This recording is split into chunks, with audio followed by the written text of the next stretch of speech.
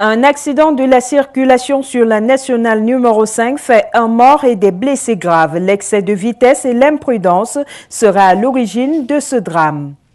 980 centres de santé fonctionnent en toute illégalité au Cameroun. Une révélation de André Mamafouda, ministre de la Santé publique, d'après les résultats d'une enquête amorcée au mois de décembre 2013 au Cameroun. Sport, football, compétitions africaines, Cosmos Dumbam sauve l'honneur du Cameroun. Il sera le seul des 3 représentants camerounais en 16e de finale de cette compétition. Voilà pour les principales articulations de cette édition de l'actualité. Mesdames, Messieurs, nous sommes le 2 mars 2015. Merci de nous recevoir chez vous. C'est un bonheur de vous retrouver. Je vous l'annonçais en titre, un mort, plusieurs blessés graves. C'est le triste bilan d'un accident de la circulation enregistré ce week-end sur la nationale numéro 5. L'imprudence et l'excès de vitesse seraient à l'origine de ce drame. Jean-Germain Yetna, Château-Vallon-Haine. Selon les informations glanées sur place, il s'agit de ce véhicule cargo qui aurait tenté de dépasser une file de 4 voitures sur la même direction. Et dans cette tentative, ce dernier a heurté ce bus de transport en commun qui venait sur la même trajectoire. Un choc inévitable qui a conduit au drame. Un mort sur le carreau et plusieurs blessés graves. Les gens se baissaient parce que la porte visée était cassée. Et là, le monsieur qui est mort sur place, là, c'est parce que quand la voiture lui a projeté en sortant, et la voiture maintenant, il était déjà arrivé au sol. Ça lui a plié au sol maintenant et ça lui a encore amené jusqu'à taper au sol. Là, il est mort sur place. Il y a combien de corps? Il y a combien de morts? Il y a eu sur le champ, il y a eu un mort sur le champ. Mais il y a eu une femme que, bon, elle ne répondait plus, mais les parties de son corps ne bougeaient plus. Quand nous sommes arrivés ici, il pleuvait. Celui-ci a tenté, il voulait faire normalement le dépassement. C'est là où il est rentré en 3e position avec la Yass qui descendait. Heureusement que le chauffeur même de la Yass, parce qu'il a dépassé d'abord un camion semi-remorque. Et quand il voulait directement me dépasser, c'est là où il est entré en collision. Moi j'ai fui, il m'a pris d'abord le derrière. Moi je suis parti normalement presque en course. Le temps d'arriver ici en Goa, il y avait trop de pluie. Subitement, j'ai seulement entendu boum devant moi. Le car a tourné 3 fois. Les gens sortaient par les barres-brises et tout. Le père que vous voyez mort là, il est sorti par la barre-brise. Quand la voiture a tourné la 3e fois, il s'est déposé sur ça qu'il a rentré là. Conduit à l'hôpital régional de Nkonsamba, les rescapés tentent d'expliquer la mésaventure. Une pick-up qui est venue là, parce qu'il y avait d'abord 3 autres, le chauffeur a esquivé. Maintenant quand l'autre est venu à Visalou, c'est là donc quand le chauffeur il s'est tourné, donc il voulait alors plutôt nous sauver. Mais il nous a rejetés, il nous a laissé au champ, on s'en tombés. Oui, il était 17h quoi là. À la descente, voilà. Et voilà, moi j'allais sur là. Ce qui m'a connu monter comme ça. Il y avait au moins 8 voitures devant lui. Bon, moi je suis comme une fois qu'il est sorti là, pas le temps pour. Je peux attirer le temps pour là. Il était quel quand vous partiez de Tcham? Il est sur le bord de l'eau. Et à bord de votre véhicule, il y avait combien de passagers environ? Le effectif normal. 30. La 9 avant moi, ça fait 32.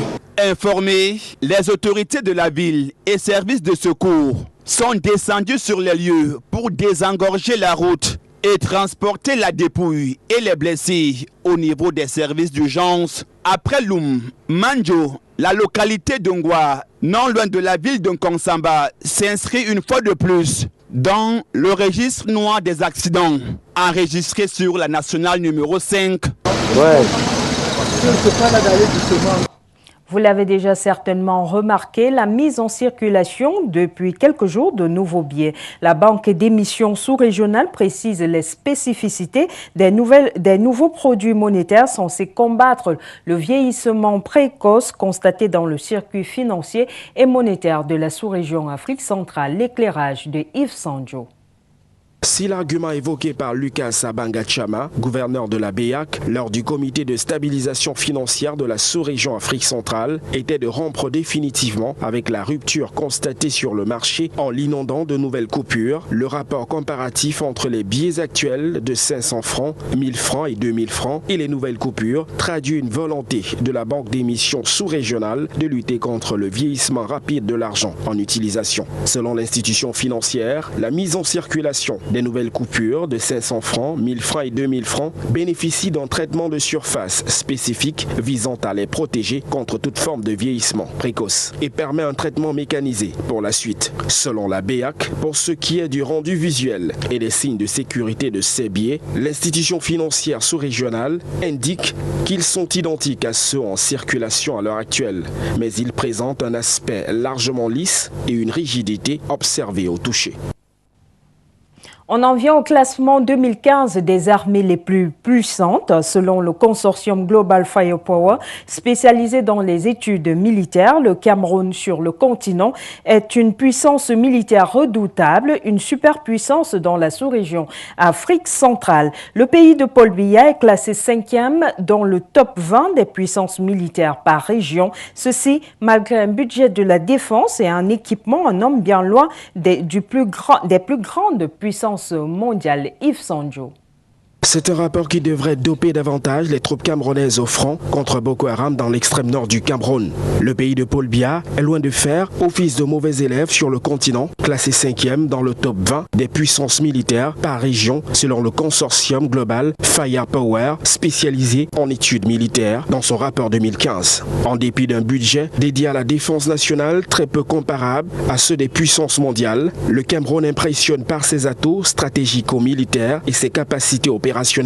Mais en Afrique, selon ce rapport 2015, c'est l'Égypte qui est considérée comme la superpuissance régionale. À l'échelle mondiale, les États-Unis, fort d'une armée constituée d'1 430 000 hommes, d'un dispositif logistique comportant 8 325 tanks, 13 693 avions et hélicoptères, 473 navires et disposant d'un budget de plus de 612,5 milliards de dollars américains est en tête, suivi de la Russie et de la Chine. Ce trio fait d'ailleurs partie des plus gros fournisseurs d'armes dans le monde. Si le terrorisme a dopé la vente d'armes en faveur des pays comme l'Espagne, la Syrie, le Vietnam ou encore l'Ukraine, l'Afrique demeure, selon quelques géostratèges, le continent où les ventes d'armes issues des réseaux parallèles ont plus qu'explosé ces dernières années. Sur la scène politique, 1,5 milliard de francs CFA débloqués pour subventionner les partis politiques au Cameroun. Financement public des partis politiques, le Rassemblement démocratique du peuple camerounais s'arroge la part du lion. C'est l'essentiel à retenir de la dernière répartition conjointement signée et finalisée par le ministre des Finances et de l'administration territoriale et de la décentralisation. Frédéric Moutomé. Sur les plus de 280 partis politiques que compte le Cameroun, seuls 32 ont effectivement bénéficié du financement public de l'État. Un argent public, donc du contribuable, mis à la disposition de ces formations politiques sur la base de certains critères bien définis, à l'instar de l'obtention d'au moins 5% des suffrages exprimés dans au moins une circonscription à l'issue de l'élection des conseillers municipaux du 30 septembre 2013 et la présence des partis politiques au sein de la Chambre haute du Parlement, donc le Sénat. Dans la répartition faite le 8 septembre 2014 dernier, issue de l'arrêté couplé Minfi-Minat, le RDPC, le SDF, l'UNDP se frottent les mains et se taillent la part du lion. Chacun de ces partis politiques s'en tire respectivement avec plus de 977 millions de francs CFA, plus de 222 millions de francs CFA et plus de 150 millions de francs CFA chacun. Quant à l'UDC, l'UPC, le MDR, le MRC ou encore le FSNC de Issa Chiroma Bakari, ils ont reçu plus de 36, 21, 17, 15 et 13 millions de francs CFA chacun. Les autres partis politiques de faible importance et envergure ont bénéficié d'un montant très peu honorable. Des sommes relativement insignifiantes allant de 5 millions à 359 712 francs CFA. C'est le cas du RDDR ou encore du RDI. Même s'il est clair et établi que cette répartition profite à certains partis politiques, le questionnement de la pertinence des critères d'éligibilité se pose avec acuité, tout comme celui du financement à proprement parler avec un montant de 1,5 milliard de francs CFA. Autre problème soulevé, celui de la cagnotte destinée aux partis politiques qui est en statu quo depuis une dizaine d'années malgré l'entrée en vigueur effective du Sénat, la chambre haute du Parlement. À quoi donc va servir les montants minables remis à certains partis politiques? À qui profite véritablement cette manœuvre des pouvoirs publics? Des questions et bien d'autres qui se posent avec acuité alors que la problématique d'une subvention équitable, juste et avantageuse est plus que jamais d'actualité. De ce point de vue, une véritable réforme s'impose, mais en attendant, l'enveloppe de 2014, soit 1,5 milliard de francs CFA, a déjà été repartie et distribuée.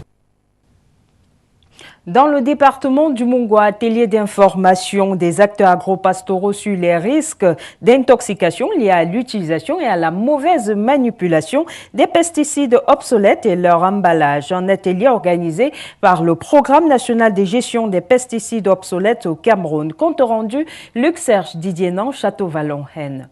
3 thèmes sont à l'ordre du jour au cours de cet atelier d'information et de sensibilisation sur les pesticides. Les risques liés à la gestion des pesticides et autres emballages vides, les mesures d'urgence à prendre en cas d'intoxication et les bonnes pratiques recommandées pour une gestion sécurisée des pesticides et emballages vides de pesticides. Pour l'ensemble des participants, composés des encadreurs, des revendeurs de pesticides, des utilisateurs et producteurs, cet atelier était important à plus d'un titre, vu la place et l'apport de l'agriculture dans l'économie camerounaise. Elle contribue pour le tiers au produit intérieur brut et occupe plus de 70% de la population active du Cameroun. Ce secteur est appelé à jouer un rôle important dans la marche du Cameroun vers un pays émergent à l'horizon 2035. Un moment de réflexion, mieux d'échange pendant lequel une oreille attentive et attentionnée a été accordée aux agriculteurs et producteurs avec au final plusieurs conseils prodigués à l'endroit des participants. Le premier conseil que nous pouvons donner aux participants, c'est déjà de mettre en application toutes les recommandations qui ont été données ici. Et s'il faut rappeler ces recommandations, la première chose c'est de respecter les recommandations même que le fabricant d'un pesticide donne à travers les informations qui sont portées sur l'étiquette. Des conseils dont s'est approprié l'ensemble de l'auditoire. Quand nous recevons des enseignements comme ceux-ci, si nous les appliquons et si nous pouvons les diffuser à nos voisins, à nos amis, certainement nous gagnerons beaucoup, le voisinage gagnera beaucoup et la société elle aussi. Mieux informés et édifiés, c'est avec une satisfaction quasi générale que les participants sont repartis, conscients des missions qui sont les leurs dans la marche du Cameroun vers son émergence qui passera par le moteur de l'économie qu'est l'agriculture. Un autre titre du journal, 980 centres de santé fonctionnent en toute illégalité au Cameroun. Révélation de André Mamafouda, ministre de la Santé publique, qui s'appuie sur les résultats d'une enquête amorcée depuis le mois de décembre 2013 au Cameroun. Armelga. Les résultats dévoilés par André Mamafouda il y a quelques jours à Yaoundé montrent la montée en puissance de l'exercice illégal de la profession au Cameroun. Parti de 537 formations sanitaires illicites en 2013, le pic des 980 a été atteint. Des structures illicites au rang desquelles des cliniques, des polycliniques, des cabinets médicaux, des médico-sanitaires, avec en puissance des cabinets chinois. Ici, la médecine chinoise est devenue un mélange de plantes et de médecine moderne, difficile à catégoriser. Et désormais, l'inspection générale des services médicaux du ministère de la Santé a donc les ordres de dénoncer les cas de clandestinité. Sauf que jusqu'ici, les actions menées sur le terrain n'ont pas porté des fruits escomptés. Les campagnes menées n'ont pas découragé les opérateurs clandestins qui continuent d'opérer illicitement sur le terrain. Dans le littoral, par exemple, ce sont 801 formations qui ont jusqu'ici été auditionnées. Résultat, 167 n'ont pour seul document qu'un récépissé de création, 66 une autorisation d'ouverture, 86 un récépissé de dépôt de dossier. Les 541 autres exercent sans aucun document. Un sombre tableau dans lequel le littoral s'arroge la palme d'or avec en plus 44 pharmacies opérant illicitement. Le Sud-Ouest arrive en seconde position avec 132 formations illégales. Un tableau sombre incluant également les écoles de formation dont la création est autorisée par le ministère camerounais de la Santé publique, les affaires sociales ou la formation professionnelle. Il serait peut-être judicieux et pour plus de clarté d'attribuer cette autorisation à un seul de ces ministères suscités. À l'ouest du pays, on va s'intéresser aux préparatifs liés à la célébration de la Journée internationale de la femme. C'est déjà la grande affluence dans la ville de Bafang. Les magasins sont envahis par les femmes, même si les avis en ce qui concerne les ventes sont mitigés. Dolores Mbema, John Bebo.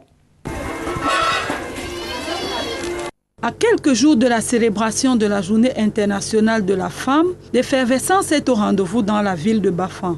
Au quotidien, les magasins spécialisés dans la vente du pain irrélatif sont pris d'assaut par les principales concernées en vue de s'en procurer un ou plusieurs exemplaires. Celles qui refusent de se plier aux interminables files d'attente observées devant les espaces marchands, ainsi qu'aux tracasseries rencontrées dans les ateliers de couture, font le choix d'acheter des tenues prêtes à porter disponibles dans les marchés de la ville. À en croire certains commerçants, les rentrées financières sont d'actualité pour ce qui est de cette édition 2015. C'est le cas de la boutique numéro 72 du marché central de Bafang. Pour le 8 mars, je me dis que ça va très bien se passer. Parce que le pain qu'on a sorti cette année, c'est vraiment très bien. Et en fait, nous avons aussi beaucoup de clients l'année passée. On note cependant quelques avis contraires. Une couturière située à quelques jets de pierre explique. Cette année-là, c'est trop dur, on n'achète même pas. Les femmes n'achètent même pas. Dans tous les cas, à 6 jours de la célébration proprement dite, une frange importante de femmes et filles de la dite cité affirme ne pas vouloir rester en marge des festivités de l'année en cours. Toujours à Bafang, les élus locaux ont amorcé cette semaine avec la distribution des pagnes aux femmes des 7 arrondissements de la commune. Les 3 honorables députés se sont retrouvés dans le Oncam pour honorer et dire merci aux femmes, mères de l'humanité. Si conviées, les femmes des 7 arrondissements représentées par des délégations. Plusieurs articulations au menu de la cérémonie au cours de laquelle chaque élu de la nation a pris parole pour justifier son acte. Vous êtes toujours magnifiques, les mamans du Rhône. Vous êtes tellement, maman, tellement bien que vous en regardez même pas derrière. Tellement vous êtes dynamique. Un dynamisme dont elles ont toujours fait preuve, forçant sur elles l'admiration. Et pour preuve, ces dons remis pour la journée à elles consacrée. De Lucien Ouantoussiantou à Marc Keungassa, le discours d'une motivation affective a été prononcé par l'un et par l'autre. En encouragement à la femme du Oncam, avec, en appui, le rappel du thème de cette 30e édition. Autonomisation des femmes, autonomisation de l'humanité. L'Association nationale des retraités du Cameroun se prononce contre le mariage pour tous. Un avis rendu public est défendu par son président, Anatole Vena. Non au mariage pour tous. L'Association nationale des retraités du Cameroun se veut formelle et s'appuie sur les préceptes bibliques. Un avis porté par Anatole Vena, président national de cette association. Dieu créa Adam, voyant qu'il était isolé et malheureux, Dieu l'endormit et retira une de ses côtes avec laquelle il façonna Ève, la femme, comme compagne de l'homme. Mère de l'humanité, nous voyons donc qu'Ève est une partie d'Adam. elle est sa moitié. Elle a été faite à partir de la chair d'Adam. Ce qui revient à dire qu'Adam et Ève étaient une seule et même personne. Le mariage pour tous est présenté ici comme la voie de la désobéissance, une destruction voulue de la cellule familiale, une culture imposée avec l'avènement des médias et des réseaux sociaux. On assiste à un mélange de cultures. En effet, la culture européenne et américaine tend à se répandre dans le monde entier. Ainsi, l'Asie et l'Afrique sont influencées par le vestimentaire européen. Face au problème de mariage pour tous, faut-il que le Cameroun se laisse entraîner dans le jeu de l'homosexualité en acceptant que les citoyens camerounais de même sexe puissent légalement se marier? Non, disons non à cela.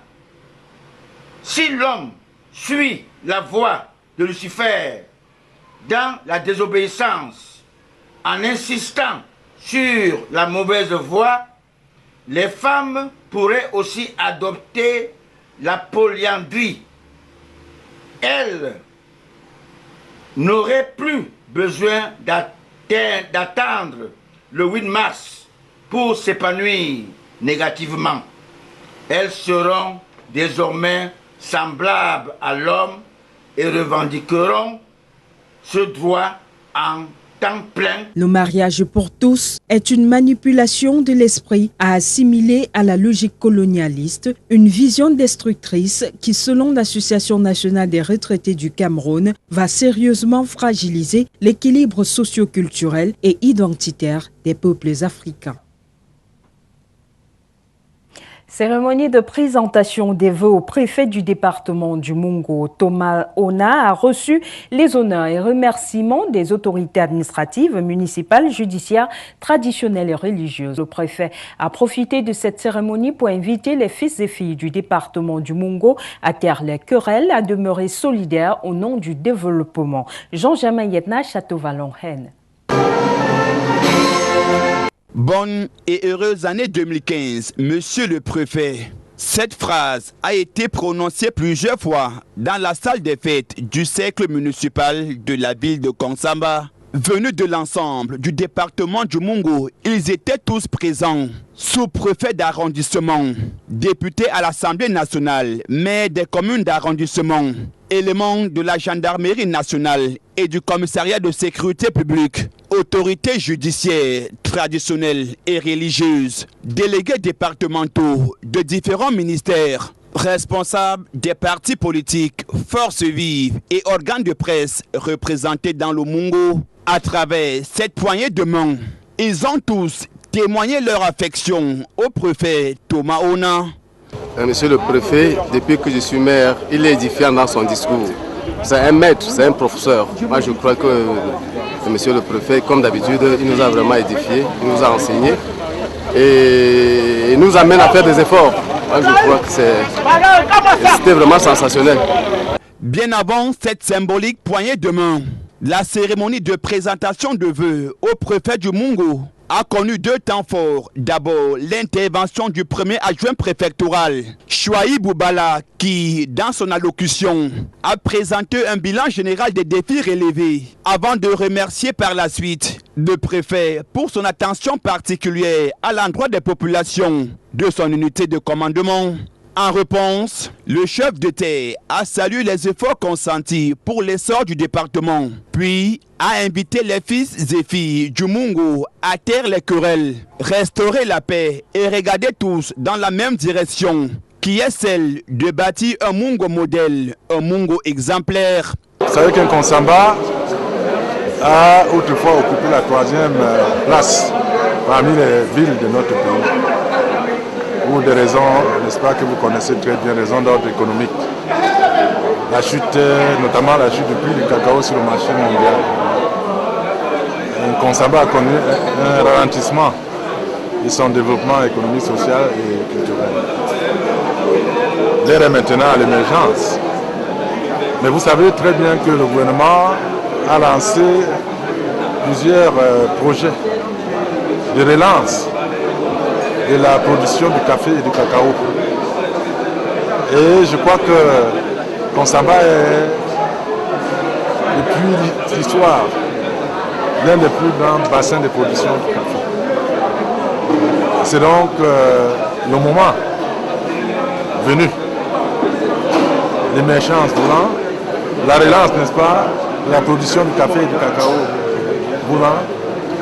Il s'agit d'un nouveau départ au département du Mungo. En somme, la fête était belle et le département du Mungo, à travers cette présentation de vœux, a démontré tout son soutien aux soldats camerounais et tchadiens engagés au combat pour sauvegarder l'intégrité territoriale. Du sport, avant de refermer cette édition de l'actualité football, Cosmos Dumbam sauve l'honneur du Cameroun. Il sera le seul des 3 représentants camerounais en 16e de finale. Augustin Nula-Kamdjom. Battu à l'aller 0 but contre 1, un exploit était attendu de Cosmos Academy pour passer le tour préliminaire. Il est venu sous la forme d'une belle victoire, 3-0 face aux Ougandais de Kampala City Council ce dimanche au stade de la réunification de Douala. C'est Tombi Alimi qui a été le héros de l'équipe du BAM avec un doublé. En 16e de finale, Cosmos Academy du BAM ira à l'assaut de l'Espérance de Tunis, un grand habitué de l'épreuve. Chaude bataille donc en perspective. Gagner ce match, c'était de se qualifier, je pense que c'est chose faite et puis on ne peut que se réjouir. Bon, l'avenir, je pense que la compétition elle est assez longue, mais ça dépendra de notre sérieux et ça dépendra de l'état d'esprit des gamins. En Coupe de la Confédération, il n'y a plus de club camerounais en lice. En effet, le maigre espoir, né de la victoire 1-0 au stade de la réunification de Douala, s'est évaporé à Dakar. Face à une équipe d'Olympique de Gore revancharde, Unisport du Okam a vécu une grosse désillusion. Malgré son précieux but d'avance, le flambeau de l'Ouest n'a pas tenu.